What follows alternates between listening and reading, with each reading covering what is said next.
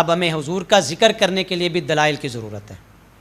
ہمیں بتائیں جی دلیل کہاں پہ لکھی ہے حضور کے میلاد کی محفل کرنے کی؟ ذکر کی محفل ہے، میلاد کی محفل ہے. قرآن پڑھیں، اللہ نے انبیاء کا تذکرہ فرمایا. قرآن کی دلیل بہت بڑی دلیل ہے. وَاذْكُرْ فِي الْكِتَابِ ابراہیم، وَاذْكُرْ فِي الْكِتَابِ اسماعیل، وَاذْكُرْ فِي الْكِتَابِ ادریس. قرآن میں جگہ جگہ پہ اللہ نے ذکر فرمایا اپنے انبیاء کا. تو جو سارے نبیوں کا سردار بن کے آیا اس کے ذکر کی محفل نہ کریں، اس کے ذکر کی جو ہے نا وہ محافل پہ نہ جائیں، نہ سجائیں. لیکن یہاں جو میں نے پہلے بات عرض کی ہے، کوشش کریں کردار سے بھی ہمیں حضور کی سنت کا لبادہ اوڑھنے کی اشد ضرورت ہے. جناب صدیق اکبر رضی اللہ تعالیٰ عنہ، یہ حضور کی آمد سے پہلے حضور کا جو میلاد منایا گیا وہ باتیں آپ کے سامنے عرض کر رہا ہوں. یمن تشریف لے گئے. جب یمن تشریف لے گئے تو وہاں پہ آپ کی ایک راہب سے ملاقات ہوئی. اس راہب نے پوچھا آپ کا نام کیا؟ فرمایا ابو بکر نام ہے. انہوں نے کہا جناب کہاں سے آئے ہیں؟ کہا میں مکہ سے آیا ہوں. قبیلہ کون سا ہے؟ قبیلہ قریش کا. اس نے کہا حضرت ایک نشانی اور رہ گئی ہے. کیا جاتا ہے آپ کا اپنے پیٹ سے کپڑا ہٹا دیں. اب سرے راہ کوئی بندہ ملاقات کرے آپ سے اور اس طرح کے سوال و جواب کے بعد کہے کہ جناب ذرا اپنے پیٹ سے کپڑا تو ہٹائیں، تو بڑا معیوب ہوگا یہ جملہ. آپ کہیں گے عجیب بات ہے بھائی، زبان سے کلام کرو، سوال کرو، جواب لو، یہ عجیب تماشا ہے. تو جناب صدیق اکبر نے بھی یہی بات ارشاد فرمائی، کہنا کیا چاہتے ہو، میں اپنے پیٹ سے کپڑا کیوں ہٹاؤں؟ تو اس نے کہا حضرت تیرا کیا جاتا ہے، ابو بکر تیرا کیا جاتا ہے، میری ایک ہی نشانی رہ گئی ہے، کپڑا ہٹا دے وہ بھی پوری ہو جائے گی. ایک ہی نشانی میری رہتی ہے، صرف ایک نشانی میری رہتی، باقی میں نے پوری کر لی ہیں.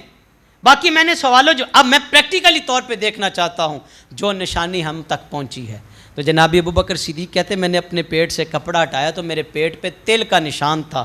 میرے پیٹ پہ تیل کا نشان دیکھ کے وہ یہودی تڑپ گیا راہب. وہ کہتا ابو بکر تجھے مبارک ہو، محمد مصطفیٰ کا پہلا خلیفہ بننے والا ہے. ابو بکر تجھے مبارک ہو، تو سب سے پہلے مصطفیٰ کریم جو اللہ کے آخری نبی بن کے تشریف لائیں گے تو ان کا سب سے پہلے کلمہ پڑے گا، ان پہ ایمان لائے گا، ان کا سب سے پہلے. یار یہودی تو اس قدر گہرائی تک میرے نبی کی شان تو ماورا، یہ تو حضور کے غلاموں کے اوصاف جانتے تھے، اتنی گہرائی تک حضور کے غلاموں کی باتیں لکھی گئی ہیں.